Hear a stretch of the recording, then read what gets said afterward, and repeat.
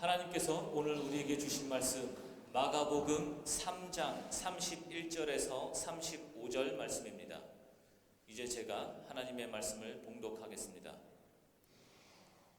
그때 예수의 어머니와 동생들이 찾아와 바깥에 서서 사람을 들여보내어 예수를 불렀다. 무리가 예수의 주위에 둘러앉아 있다가 그에게 말하였다. 보십시오. 선생님의 어머니와 동생들과 누이들이 바깥에서 선생님을 찾고 있습니다. 예수께서 그들에게 대답하셨다. 누가 내 어머니이며 내 형제들이냐? 그리고 주위에 들러 앉은 사람들을 둘러보시고 말씀하셨다. 보아라, 내 어머니와 내 형제 자매들이다. 누구든지 하나님의 뜻을 행하는 사람이 곧 내 형제요 자매요 어머니다. 아멘. 오늘 설교 제목이 좀 길죠? 네. 요즘에 우리 청소년들과 토요일마다 만나서 세례 입교 교육을 진행하고 있는데 어제 이런 얘기가 있었습니다. 우리가 믿음의 눈으로 보지 않는다면 창세기 1장 1절부터 막힐 것이다. 태초에 하나님이 천지를 창조하시니라. 이게 말이나 되는 얘기입니까? 이 소설 같은 이야기를 우리가 믿음의 눈으로 보지 않는다면 이미 막혀서 더 이상 읽어 내려가지 못할 것입니다.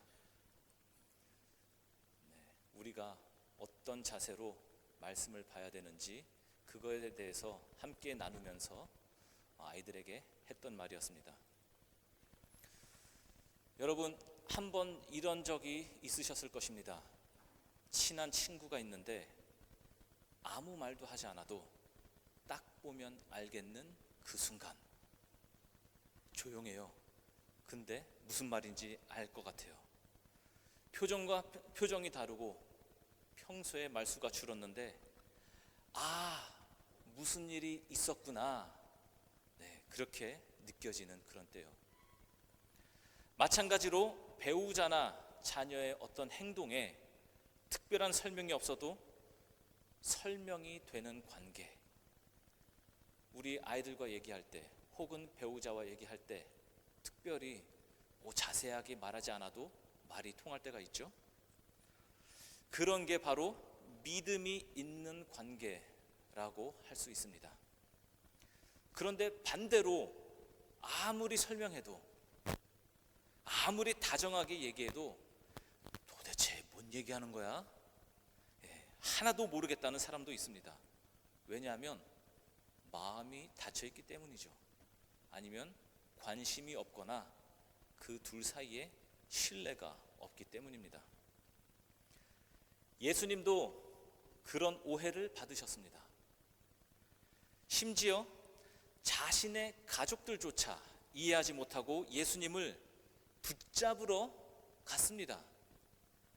오늘 본문 말씀 바로 앞에 이런 구절이 있습니다. 예수의 가족들이 예수가 미쳤다는 소문을 듣고서 그를 붙잡으러 나섰다. 소문이 있는데 무슨 소문이냐면 예수가 미쳤다는 거예요. 예수님의 가족들이 예수가 미쳤다라는 그 세간의 소문을 듣고 걱정이 되어 예수님을 붙잡으러 다녔습니다. 그들은 가족으로서 예수님을 사랑했지만 예수님이 지금 하시는 일이 완전히 이해되지는 못했습니다.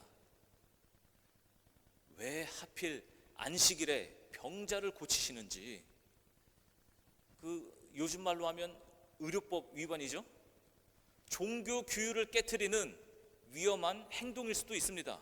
왜냐하면 안식일 날 모두가 지키는 그 안식일에 그런 짓을 저질렀으니까 말이죠. 그리고 또 왜 죄인들과 함께 식사하시는지, 지금처럼 말하면 불량한 사람들, 사회 경계 밖에 있는 무서운 사람들과 함께 어울리는 것처럼 보였을 것입니다. 그리고 또 왜 죄를 용서한다고 말씀하시는지, 내가 너의 죄를 용서한다. 이거 자칫하면 신흥 종교 교주처럼 보이거나 종교적 사기를 벌이려는 사람으로 오해받을 수 있었습니다. 그렇죠? 그 당시 예수님의 행보는 믿음 없이는 도저히 받아들일 수 없는 일이었고, 오히려 가족의 명예나 안전을 위해 말려야 할 행동으로 여겨졌을 것입니다. 이런 상황을 한번 우리가 상상해 봅시다. 우리 집 아들이 혹은 우리 집 딸이 그렇게 하고 다닌다면 어떨까요? 아니면 내 배우자가 그렇게 하고 다니면 어떨까요? 의심받고 욕먹고 위험한 사람들과 어울리면서 사람들 앞에서 내가 바로 여러분이 기다리던 바로 그 사람입니다, 이렇게 외친다면 우리도 아마 똑같이 말할지도 모르겠습니다. 아, 우리 애가 왜 저러지? 저 사람이 왜 저러지? 누가 좀 말려줘야 되는 거 아니야? 바로 예수님의 그 가족의 심정이 이랬을 것입니다. 사랑했지만 예수님의 행동에 대한 믿음은 없었습니다. 그래서 이해할 수 없었던 것입니다. 중세 신학자 토마스 아퀴나스는 이런 말을 했습니다. 믿음이 있는 사람에게는 설명이 필요 없고 믿음이 없는 사람에게는 아무리 설명해도 소용없다. 이 말은 단순히 종교적 고집이 아닙니다. 인간관계의 원리입니다. 그리고 신앙의 원리입니다. 믿음이 있는 사람은 예수님의 말씀을 들을 때 마음이 움직입니다. 아, 왜 저렇게 말씀하셨을까? 이상하네. 이렇게 하면서 관심을 갖고, 그런데도 불구하고 그 말씀대로 따라 살고 싶어집니다. 하지만 믿음이 없는 사람은 대단한 기적을 봐도 아, 이거 말장난 아니야? 이거 속임수 아니야? 하고, 그리고 또 예수님의 사랑을 봐도 이거 겉으로만 그런 거 아니야? 원래 속마음은 딴 마음을 품고 있는 거 아니야? 이렇게 말합니다. 아무리 보여줘도, 아무리 대단한 걸 보여줘도 마음이 닫혀 있으면 보이지 않습니다. 그러나 중요한 점은 이것입니다. 믿기 때문에 이해할 수 있다는 말은 결코 덮어놓고 무조건 믿으라는 것이 아닙니다. 뭘 따져, 믿어, 이런 말이 아닙니다. 기독교 신앙은 생각을 멈추라는 것이 아닙니다. 오히려 이성과 감성, 우리의 전 존재를 다해 하나님을 신뢰하라는 초대입니다. 믿음은 하나님께로 가는 초대입니다. 우리는 친구나 가족과의 관계 속에서 이런 경험을 합니다. 때로는 말이 부족해도 오래 함께한 사람의 진심을 믿고 기다립니다. 분명 다른 뜻이 있겠지, 내가 모르는 뭔가가 있겠지 하면서, 이유가 있겠지 하면서 신뢰합니다. 신뢰하려는 자세를 취합니다. 하나님과의 관계도 마찬가지입니다. 우리는 처음부터 모든 걸 이해하기 힘들겠지만 하나님의 말씀을 듣고 기도하고 살아내는 과정 속에서 점점 알아가게 되는 것입니다. 잠언에 이런 말씀이 있습니다. 너의 마음을 다하여 주님을 의뢰하고 너의 명철을 의지하지 말아라. 이 구절은 우리의 생각과 이성을 무시하라는 말이 아닙니다. 우리의 생각 너머에서 일하시는 하나님의 신실하심을 먼저 신뢰하라는 것입니다. 믿음은 생각을 멈추는 것이 아니라 우리의 생각과 삶 전체를 하나님의 손에 올려드리는 결정입니다. 결단입니다. 믿음은 맡기겠다는 결단입니다. 그때 하나님께서 우리에게 말씀하시고 그 말씀이 우리 마음속 깊이 이해되기 시작할 것입니다. 오늘 본문 말씀 35절에서 예수님은 이렇게 말씀하십니다. 누구든지 하나님의 뜻을 행하는 사람이 곧 내 형제요 자매요 어머니다. 이 말씀은 단순히 그 어떤 가족의 됨에 대한 정의가 아닙니다. 예수님은 이 말씀을 통해 하나님의 가족이 되는 새로운 기준을 선포하신 것입니다. 당시 유대 사회에서 가족이란 혈통과 족보에 뿌리를 두고 있었습니다. 어느 집안 사람인가, 어느 지파 출신인가가 정체성의 핵심이었고, 심지어 하나님과의 관계조차도 민족과 가문을 통해 결정된다고 믿었습니다. 그래서 성경 곳곳에 족보가 중요하게 등장하는 것입니다. 창세기에는 누가 누구를 낳았고 또 누가 누구를 낳았고 하는 족보가 여러 차례 반복되는 것을 우리가 알 수 있습니다. 그리고 마태복음 1장에서도 예수님의 족보로 시작됩니다. 그만큼 유대 사회는 가족과 혈통이 중요시 되는 사회였습니다. 그 가족, 혈통 없이는 더 이상 무언가가 논할 수가 없는 사회였습니다. 하지만 오늘 본문에서 예수님은 그 전통적인 가족 개념을 뛰어넘는 말씀을 하신 것입니다. 하나님의 뜻을 행하는 자, 그가 내 가족이다. 누가 누구를 낳고 족보를 따라서 우리 아버지가 누구고 할아버지가 누구고 증조 할아버지가 누구고 고조 할아버지가 누구고 그거에 따른 게 가족이 아니라 하나님의 뜻을 행하는 자, 그가 내 가족이다. 이것은 당시 유대인들에게는 엄청 충격적인 이야기였습니다. 아예 그 사회의 기반 자체를 뒤흔드는 얘기였습니다. 예수님은 혈통 중심, 민족 중심, 족보 중심의 그 선민 사상을 넘어서 믿음 중심, 순종 중심의 새로운 가족 개념을 말씀하신 것입니다.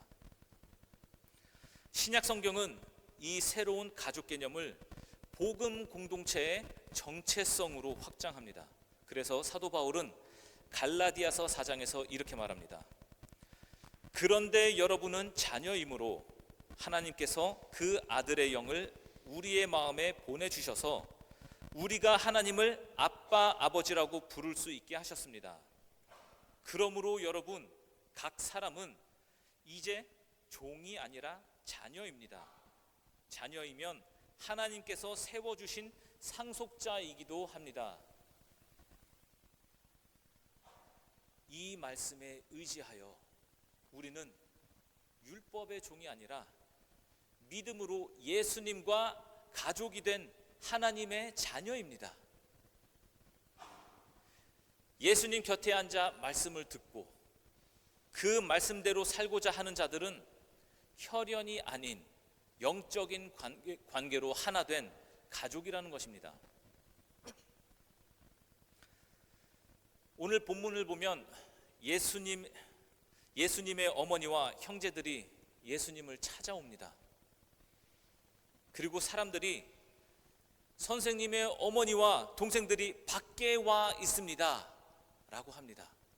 그 예수님의 주변에 있던 사람들이 이렇게 전달해 줍니다. 그때 예수님은 이렇게 말씀하셨습니다. 누가 내 어머니이며 내 형제들이냐?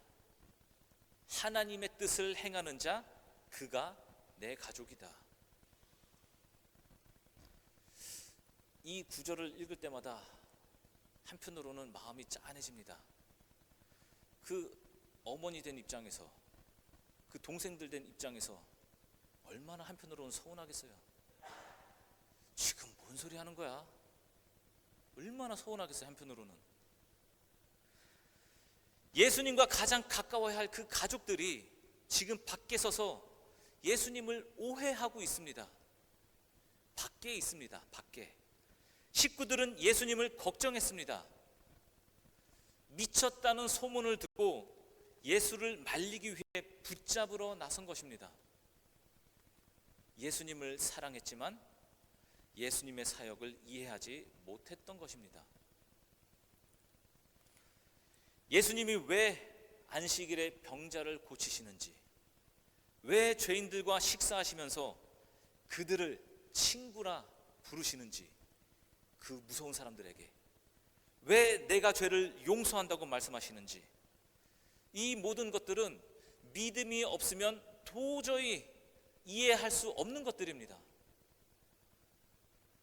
그래서 예수님을 잡으러 온 식구들은 밖에 있었습니다.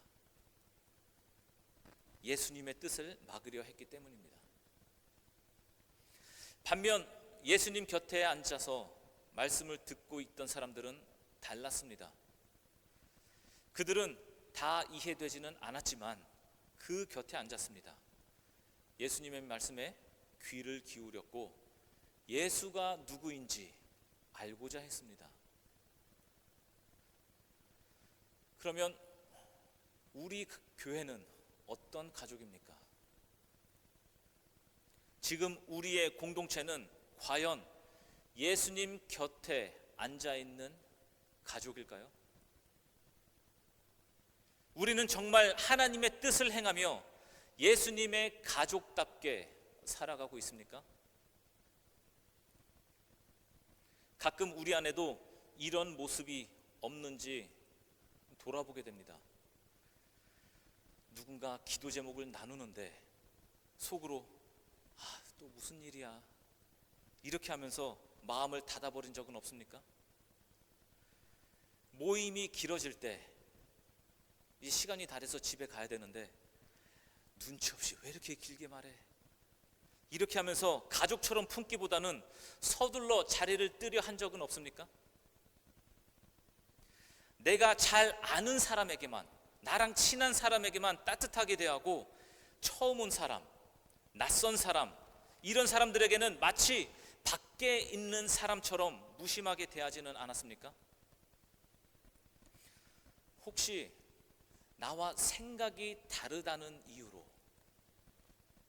교회 안에서도 마음의 거리를 두며 선을 긋고 있지는 않습니까? 예수님이 말씀하신 가족은 서로를 환대하고 기다리고 품어주는 관계입니다. 예수님은 오늘 우리에게 이렇게 물으십니다. 너는 내 곁에 앉아 있는 사람이냐? 아니면 여전히 밖에 서 있는 사람이냐? 나랑 같이 있는 사람이냐? 아니면 밖에 있는 사람이냐? 예수님의 가족은 하나님의 뜻을 행하는 자입니다. 예수님께서 말씀하신 가족은 하나님의 뜻을 함께 이루어가는 사람들입니다. 그리고 그 뜻은 곁에 앉아서 듣는 것으로부터 시작됩니다. 오늘 우리는 그 곁에 앉아 있는 사람들이기를 바랍니다. 교회는 하나님의 가족입니다. 예수님께서 말씀하셨습니다. 누구든지 하나님의 뜻을 행하는 사람이 곧 내 형제요 자매요 어머니다. 마치 비유처럼 들리지만 이것은 비유가 아닙니다.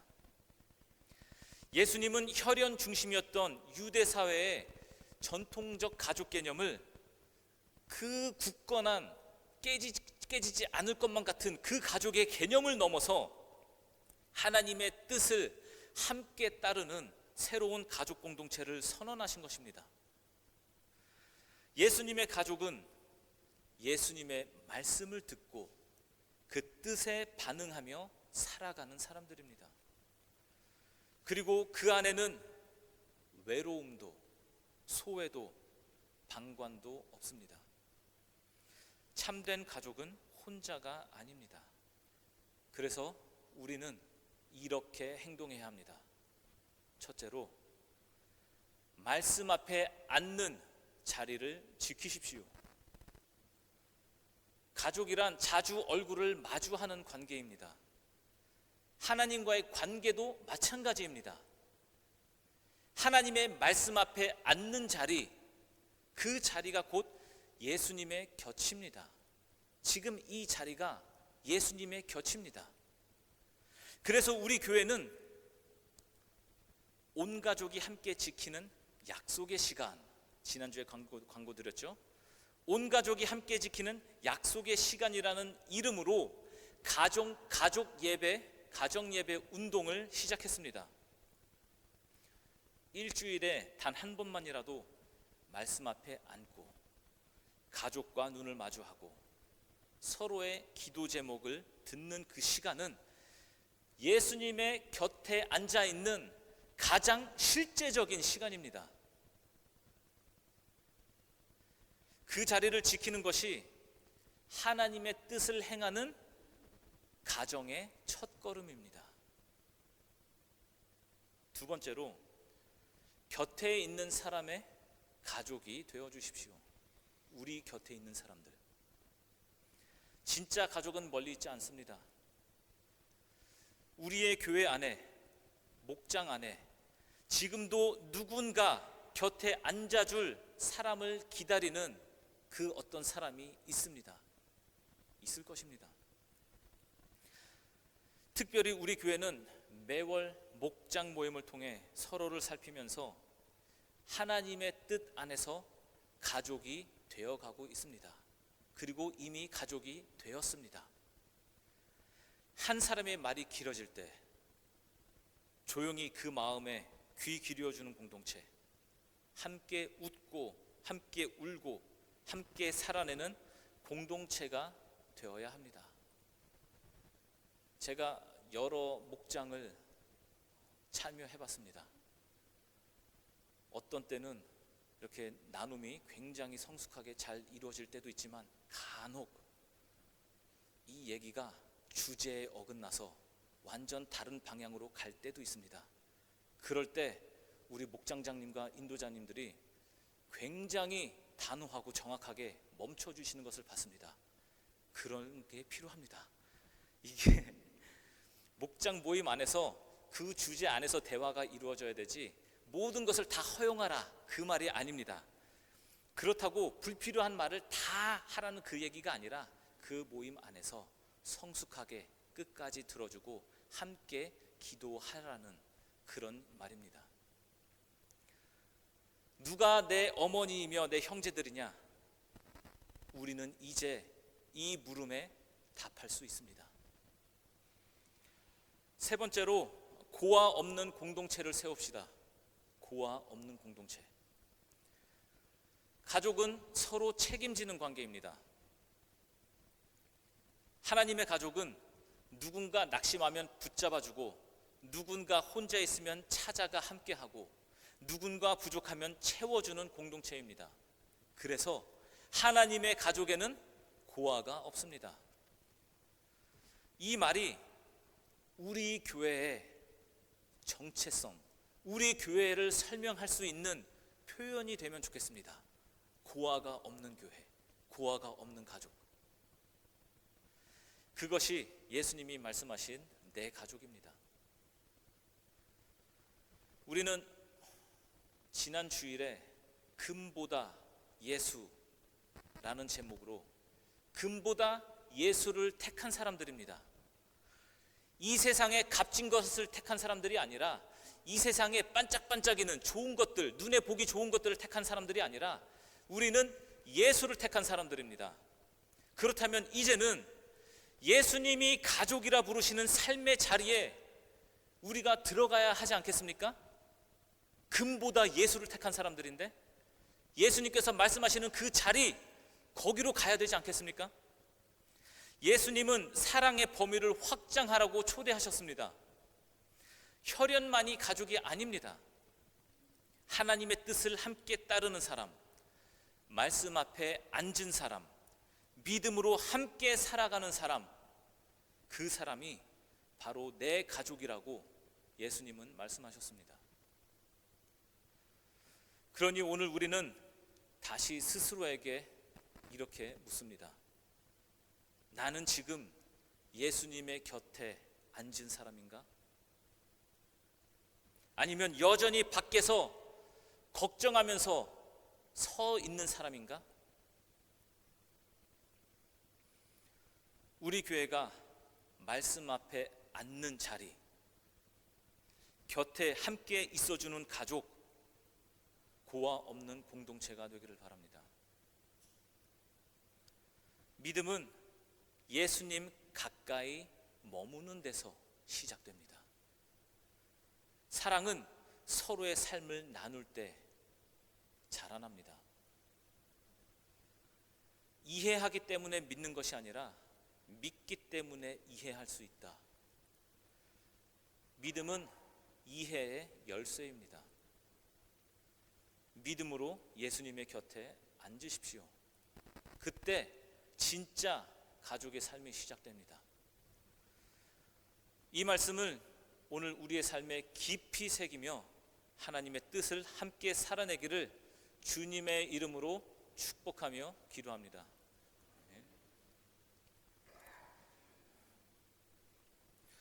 하나님 아버지, 오늘도 우리를 불러주시고 말씀 앞에 앉게 하신 은혜에 감사를 드립니다. 우리는 때로 예수님의 말씀이 이해되지 않아도 믿음으로 먼저 순종하기를 원합니다. 믿기 때문에 이해할 수 있다는 이 원리를 우리 마음 깊이 새기게 하옵소서. 우리도 때로는 주님을 오해하고 문 밖에 서서 걱정만 할 때가 많았습니다. 하지만 이제는 주님의 곁에 앉은 자 되기를 원합니다. 주의 말씀을 듣고 주의 뜻을 행하며 한 가족으로 살아가게 하옵소서. 우리의 교회가 하나님의 뜻을 행하는 자들의 공동체가 되게 하시고, 누군가 외로울 때 함께 있어주고 누군가 아플 때 손을 내밀어주는 진정한 믿음의 가족 되게 하옵소서. 가정 예배의 자리가 다시 회복되게 하시고 목장 안에서 나눔과 위로가 살아나게 하시며 말씀 앞에 함께 앉는 기쁨을 모든 세대가 누리게 하옵소서. 예수님께서 우리를 형제요 자매요 어머니라 부르셨듯 우리도 주님의 뜻을 따라 이웃을 가족처럼 사랑하며 살아가게 하옵소서. 예수 그리스도의 이름으로 기도드립니다. 아멘.